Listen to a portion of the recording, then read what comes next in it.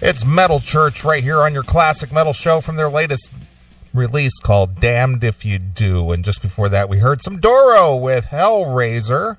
And this is Neeley rocking with your classic metal show, and coming to the mic after a 2-week hiatus is the Hellraiser himself, Chris Aiken. What's going on, Chris?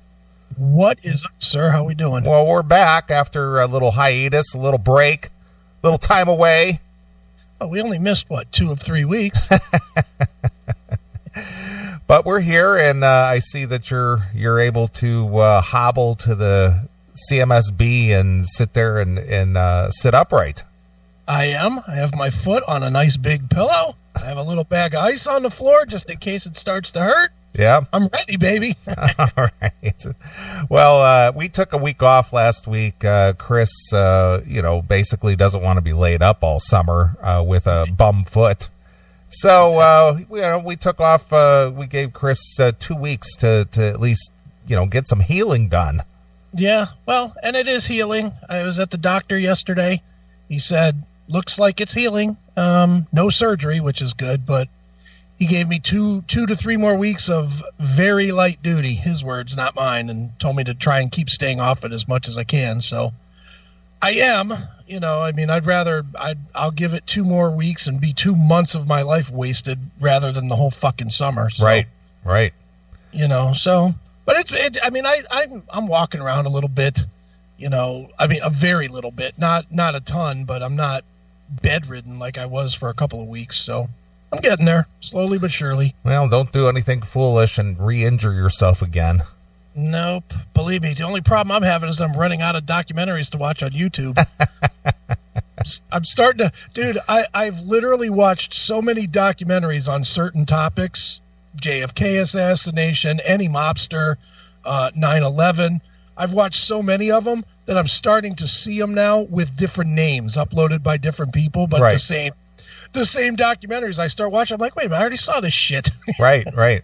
Well, that's funny you would mention that, because I was in documentary mode today myself. Oh, yeah? And two topics that I got fixated on was the wreck of the Edmund Fitzgerald. Okay. There's like 2 or 3 documentaries on that, and some of the footage, the old footage from, its days when it was, a sailing ship. And then, of course, the wreck finders, the guys who actually go down there and take a look at it and try to determine exactly what happened, because there's like 3 or 4 conflicting theories as to what caused the ship to sink.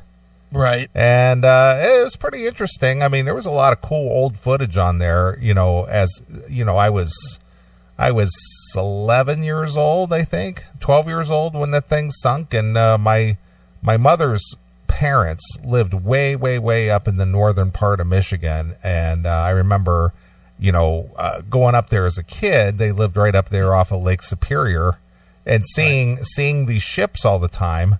And strangely enough, one of the ships, or the ship that was actually tailing the Edmund Fitzgerald the night it sunk, was called the Arthur M. Anderson.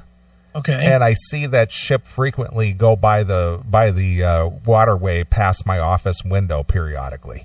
Oh, look at that. Yeah, it's pretty bizarre to see that. And every time you think of your childhood, right? I do. It's just like, oh, there's the Arthur M. Anderson. There's a ship that was with the Edmund Fitzgerald the night it sunk. Nice. It's just kind of bizarre to see that ship every now and again. So yeah, kidding. But I got stuck on that, and then the other one that always piqued my interest as far as like large machinery is concerned, the Union Pacific Railroad resurrected one of they called it the Big Boy. It was like this massive steam engine. They resurrected one. They towed it out of California from a museum there, and they brought it to their Wyoming shop. And they've been been restoring it for the last like 3 or 4 years, and they fired it up this week for the first time. And so there's all this footage of people showing it rolling out of the shop there, and going through taking it through its paces and getting it heated up and running down the tracks and stuff. It's pretty wild. It's just, if you have an interest in that kind of stuff, it's pretty cool to see. Is it weird that the only time I want to see a train is when it's wrecked? I honestly, dude, when I was a kid, my aunts and uncles are all from Rhode Island. Okay. My mom and dad were originally from Rhode Island. And there's a place, I don't know if it's in Rhode Island or Massachusetts, I forget. You know, they're right next to each other. So there's a place called the Edaville Railroad. Okay. And it has something to do with cranberries, too. Like, it goes through some big cranberry thing or some shit. I don't even remember. All right. But my fucking aunts and uncles and grandparents, every fucking year of my existence, we got to go to the Edaville Railroad. And I would hear them telling my mom, oh, the kids had such a good time at the Edaville Railroad. And I'd be like, what a waste of a day. Just sitting on some fucking big stupid train. Right. And then getting out and picking and eating some cranberries and getting back on the train. It's all smoky and shit. Right, you know, 'cause it's an old cold train. Yeah. It was like, it was awful. It was a coal train, but these brilliant people, they instead of having rail cars, they built like outside cars, like the kind that don't have sides on them. Yeah. It's kind of like a gondola. You got seats inside of a gondola. Yeah. Well, meanwhile, this fucking train is blowing smoke. Coal smoke, and it's all blowing back at you. So you come out looking like you're 3 days from dying from cancer. You look like you look like Buckwheat from the Little Rascals when you get off that all black face. You look like every miner that's been saved from a fucking cave-in. It's just horrible, man. It's like, it was like, I just remember my grandmother, she'd be on the phone because my mom would check because she was an overprotective mom. Like every 3 days she'd call up to see if we were okay. And I would hear my grandmother, the children had such a lovely time. I was like, shut up. Yeah. No, we didn't. It's so funny. And not a train guy. Never was. Yeah. I like it when it blow up. I like when like terrorists hit them and stuff. That's pretty fun to watch. Yeah. Well, you know, the thing is that this big boy, it's like one of only two left. I think that you know there was a bunch of them. You know, back they were built specifically for the western part of the United States, so it could pull the trains up the mountains and things. Right. So it's this massive engine, just massive. And again, when diesel came along and, you know, the new modern technology, a lot of these steam engines were retired or they were just sent to the scrap yard or just cut up. And there's only a few of them left around. And, you know, because the Union Pacific kind of wanted to commemorate, you know, the history of it, they were able to find one out there and just rebuild it from top to bottom. And it's like brand new, and it's pretty amazing to see it. If you have, like I said, if you have an interest in that kind of thing, it's a pretty awesome piece of machinery. It's massive. You know what train I like? I like that train in India with the guy that touches the line. He grabs onto the third wire on top. Yeah. That's the train I like. I could watch that train all day long. I love that video. That was instant smoked Indian right there. Instantaneously cooked. Just I wonder if he smelled like curry. Just burnt rice. It's like dinner is served. Yeah, no kidding. It wouldn't shock me any if those savages that were sitting on top jumped down to eat them. That's kind of what I was thinking. Yeah, it's a fucking meal for them. It's like, why let that go to waste? Yeah, it's well cooked. And besides, we could shit them out on the street later. I love it. Well, I'm glad to be back this week. I miss not doing the show, and we don't have a show. I just kind of chilled last week. I didn't do anything, really.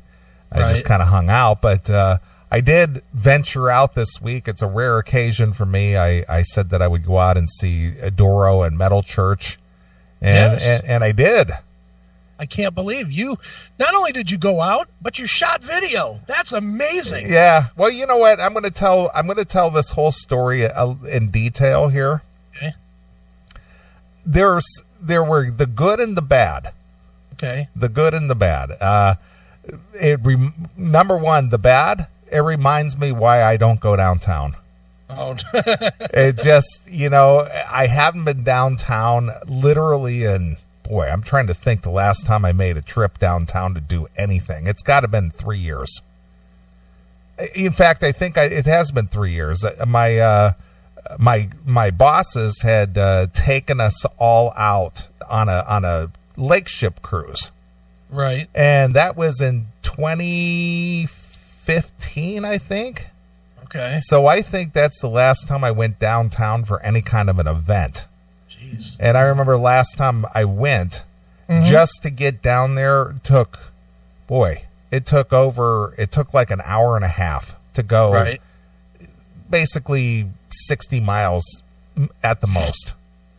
That seems reasonable. Yeah. So so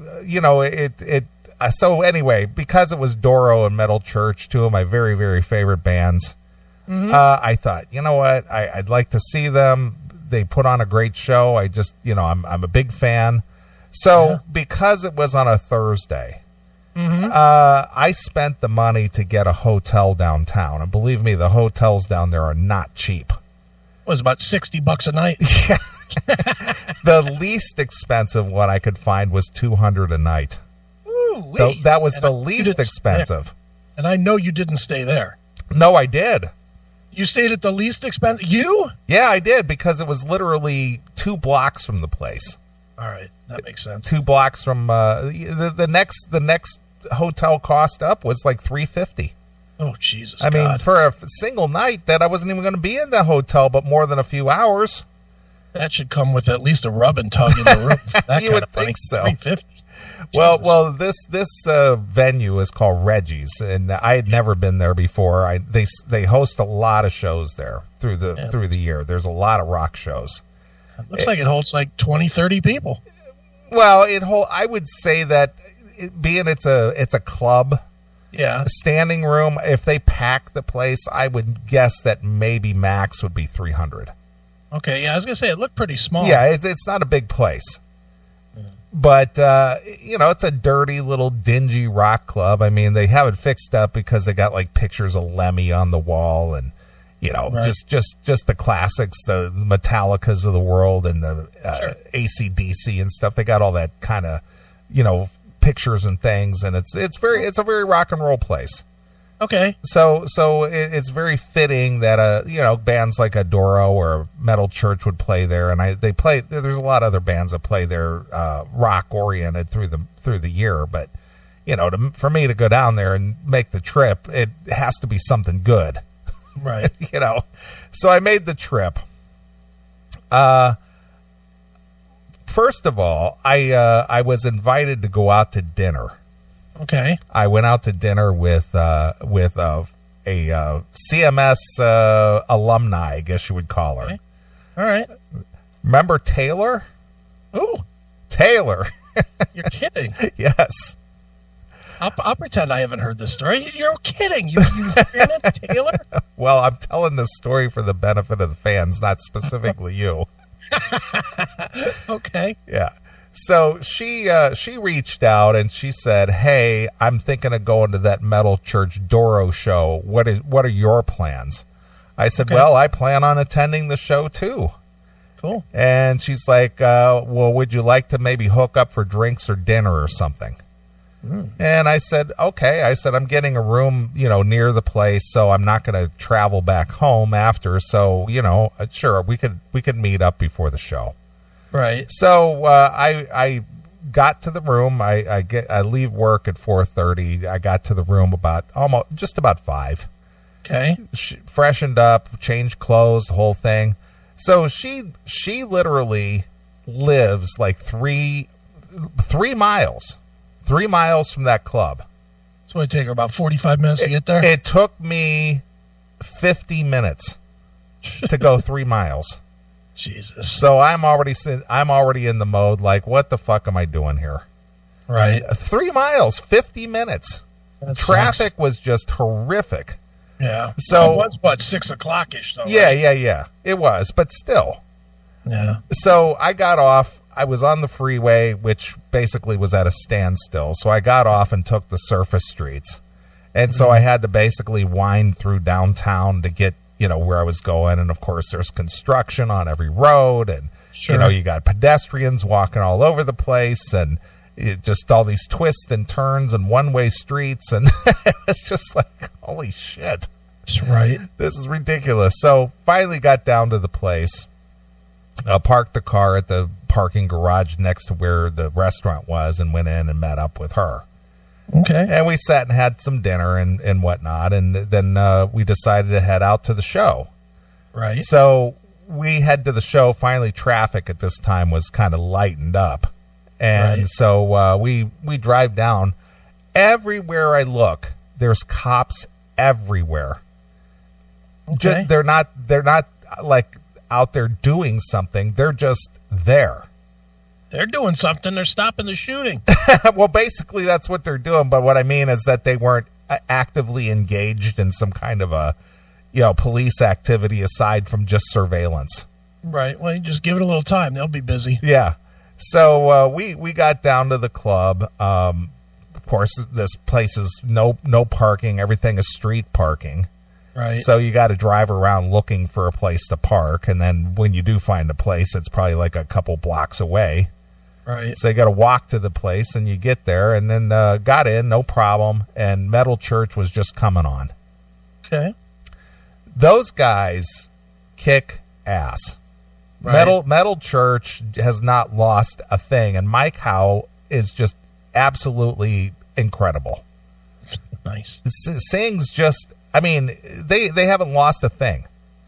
And man, the songs were great, and their set was fast. I mean, there was no lag time. They just really just plowed through the songs and sounded great. And, it was loud in there, but sounded great. That's cool. Well, I met up with Sal while I was down there. Okay. Sal in the chat room. He lives in the area, and he came down. So he's sporting the CMS shirt, which I appreciate. And he was hanging out with a couple of chicks at the bar. Good for him. And one was okay. She was average. Okay. The other girl, the girl's friend, she is your typical piggy girl. Is that the one Sal was with? No. Sal wasn't with these chicks per se. He had just met them. And so he was just hanging out at the bar with them and maybe bought them a couple of drinks and stuff. But the one, like I said, the one girl, halfway decent. The other girl, complete piggy girl. Sal should have gone for that one. That's the home run. Well, I'm going to tell you, you might be right on some account there. All right, good. This girl, both of them dressed in leather jackets and kind of looking like the rocker girls and stuff. Okay. The chick, the halfway decent looking one, she seemed like fairly normal. So Sal was kind of talking to her. But her girlfriend was talking to all these different guys. She was making out with every one of them. All right. She was looking for a cock to stuff her. Apparently so. And it was just, I mean, it just bordered on gross. Because I'm thinking to myself, holy shit. The way that herpes and all kinds of stuff is transmitted, and especially these dudes, she was, letting them stick their tongue down her throat. It was just, Jesus Christ. This girl was making out with different dudes the entire evening. That's fun. Ugh. I mean, just watching it. What a spectacle. Yeah, she was trashed, right? She didn't look like she was like falling down, stumbling drunk, but I'm sure that she was kind of lit, Yeah, she had enough in her to lose all the inhibitions. Oh yeah, no doubt. Right. But it was just so Sal and Taylor and I were standing there watching this chick and just laughing and just like, oh my God, look at this. Right. But it was like she had a different dude like every 15 minutes or so. That's awesome. So piggy chick abound. I love that. But then the annoying part starts. Oh, okay. So we're into probably about the third hour that the club is open. I believe the club opened at 6. Okay. So by this time it's like, well, it's going on 4 hours now. It was going on 10. It was just before Doro. Okay. So here comes the guys that have had too much to drink already. Of course. And they're stumbling and pushing and shoving, and if you're just standing there at the bar or nearby, they'll just run right into you. Right, looking for the fight. Well, I don't know that they're looking for the fight, or they're just trying to get to the bar, so they'll just more or less bulldoze their way in there. Yeah, daring you to fucking say, "Hey, dude, what's up?" Yeah, exactly. They're looking for the fight. Yeah, those guys are at every fucking show. I know, but the wide-eyed, glassy-eyed look of these guys just stumbling around. Mm-hmm. And Sal and I and Taylor, we were trying to stand off onto the one side away from those people, because it was the same people walking back and forth, back.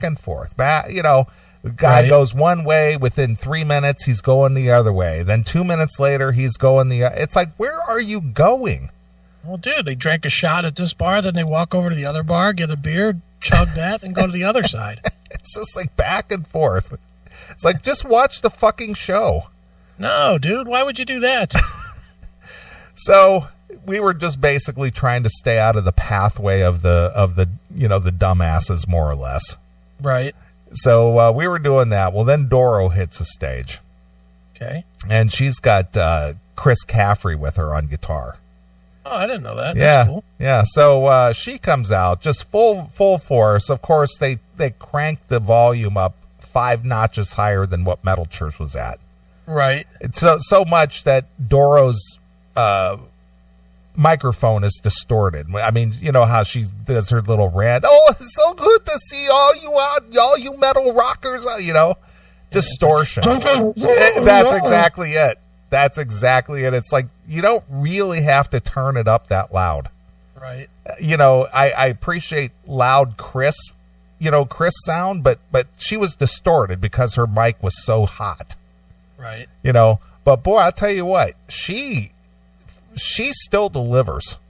Sure. I mean, I know I only sent you like a 30-second clip, but that's how she was through the whole show. Yeah, that looked good. Sounded good. Yeah, she was amazing, and it didn't even look like she even broke a sweat. Yeah. Well, she's still young. She's what, in her 20s? Yeah. She looks it. Yeah. She looks young as fuck. I know. She's amazing. What is she? She's in her mid-50s. She's 56. Yeah, and she still looks like she's like maybe 30. Yeah. She looks young. Yeah, she's out there rocking and banging her head and singing and just doing her thing. And, man, I'm telling you what, I'm glad I went. Yeah, it's clear she's not married. No. She's not down at all. No, not at all. She's just out there just doing what she does, and she still sounds great. Yeah. So it was good to see Doro and Metal Church again. I missed our opening act. I got there just a little bit too late. Images of Eden. Yeah. I didn't realize they were going on so early. Well, I know you missed another band too, apparently. There was another band before them. What? I think they were called Warlock. Not Warlock, but... Warcraft or something? Warcraft, yeah, something. I know it was with a W. Yeah. They played at like 6 o'clock. Yeah. It's like, what the fuck, 6? Yeah.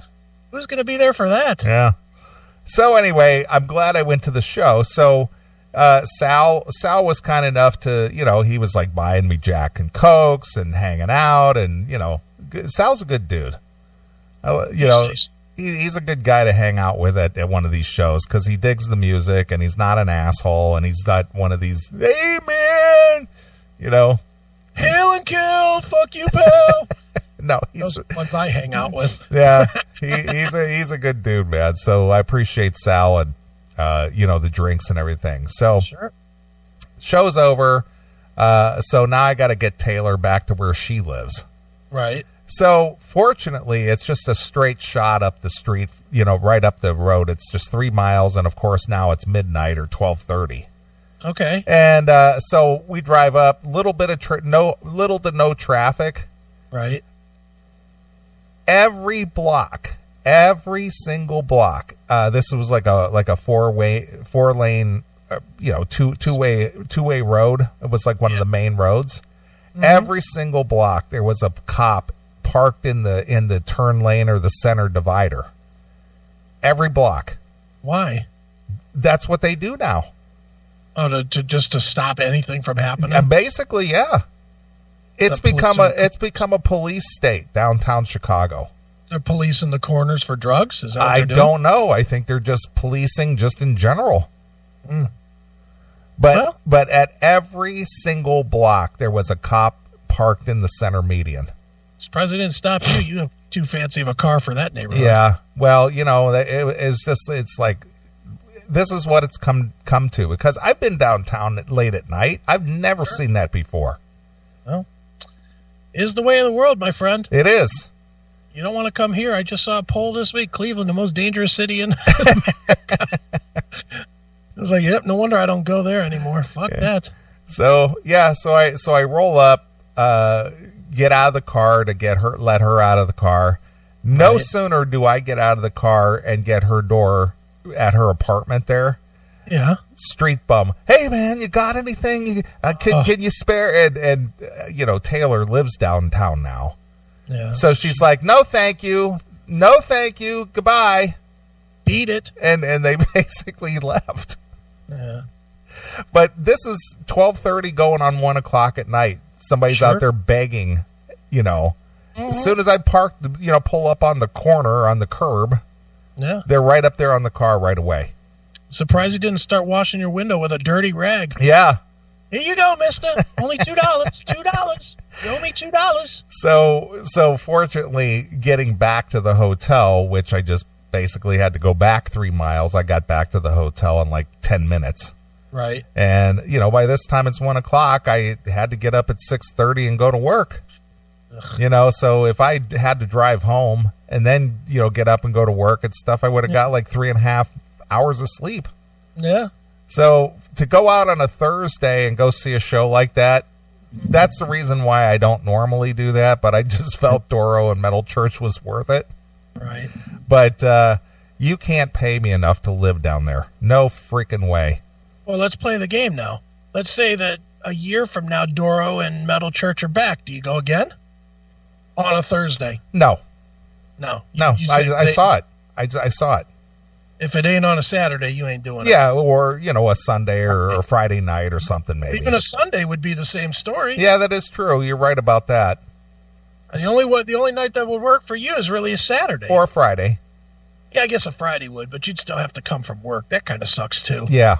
Going straight from work to, a show. Yeah. That sucks. Yeah, but to answer your question, if Doro Metal Church came in on a Thursday a year from now, no, I wouldn't go. Yeah. As much as I enjoyed it, I saw it. Okay, I don't need to go again. What about Dockin on a Wednesday? Boy, that's going to be tough. You'd go. Don't even lie. Dockin on a Wednesday, you'd go to fucking Wisconsin. Are you kidding? Well, they are playing M3 tomorrow. Yeah, I'm surprised you're not there. Nah, just didn't have any desire to. Well, again, it's a Sunday. Yeah. If they were playing today or tonight, I might have gone. How many hours is that for you? 10? No, it's just a flight. Oh, you have flown? Oh, yeah. I flew 2 years ago. It was pretty easy, just right into Baltimore. Yeah. I was watching some video from today. Yeah. Some of those bands do not sound very good. Kingdom Come sounded pretty good, though. Well, we could talk about that after the break if you want. Yeah, we can pull up Kara. That girl Kara. You're the one that introduced me to her. Yeah, uh-huh. She's the one that's been shooting all kinds of video, but there's definitely some stuff to talk about there. Mm-hmm. M3 would. It's always fun when I see pictures in my Facebook timeline of like, hey, look, here's a CMS fan. It'll be just somebody, somebody who I don't know, and they're wearing the CMS gear. It's always nice. I always love that now that I see CMS shirts at just about every major event. Yeah, it's cool to see that. It is cool, man. And get asked all the time about shirts. People all the time, how do I get a shirt, man? Why is it hard to find it on the website? I don't fucking know. Yeah, look on the website. Yeah, that's what I always say, but people always ask anyway. Well, you know what the thing is when I get an order in, typically I have it out by the next day. Right. If people order a shirt, they're surprised at how fast they get it. Yeah. Well, you're efficient. Well, I have the mailing supplies right here. I got the shirts right here. All I do is whip up the envelope and write their info on it, put their shirt and bumper stickers in there, and right to the mailbox. Yeah, see, that's what I need to do. I need to get me like a stamps.com or something, because I have all the stuff here, and a lot of times I'll package stuff up to mail, but then it'll sit for like 4 days because I don't want to make that long drive to the post office. Right, I hear you. What's the post office from my house? 1.5 miles? Yeah, mine's literally 3/4 of a mile. I don't want to make that long drive. Really, truthfully, I don't want to deal with the fucking assholes that work at the post office. Well, this is my method. I package it up the night before. I put it in the car, and then on my way home from work, I swing by the post office and get it posted and mailed off. You're always more efficient than me. The thing is the fans are going to spend a couple of bucks and wear my swag. The least I can do is get it out to them as quick as I can. I just throw extra shit in when it sits too long. That's what I do. You pay reparations, is that it? If it sits 3 or 4 days, I go and find whatever CDs are laying around here, and I throw them in and say, here you go. Sorry, this took so long. Yeah, I hear you.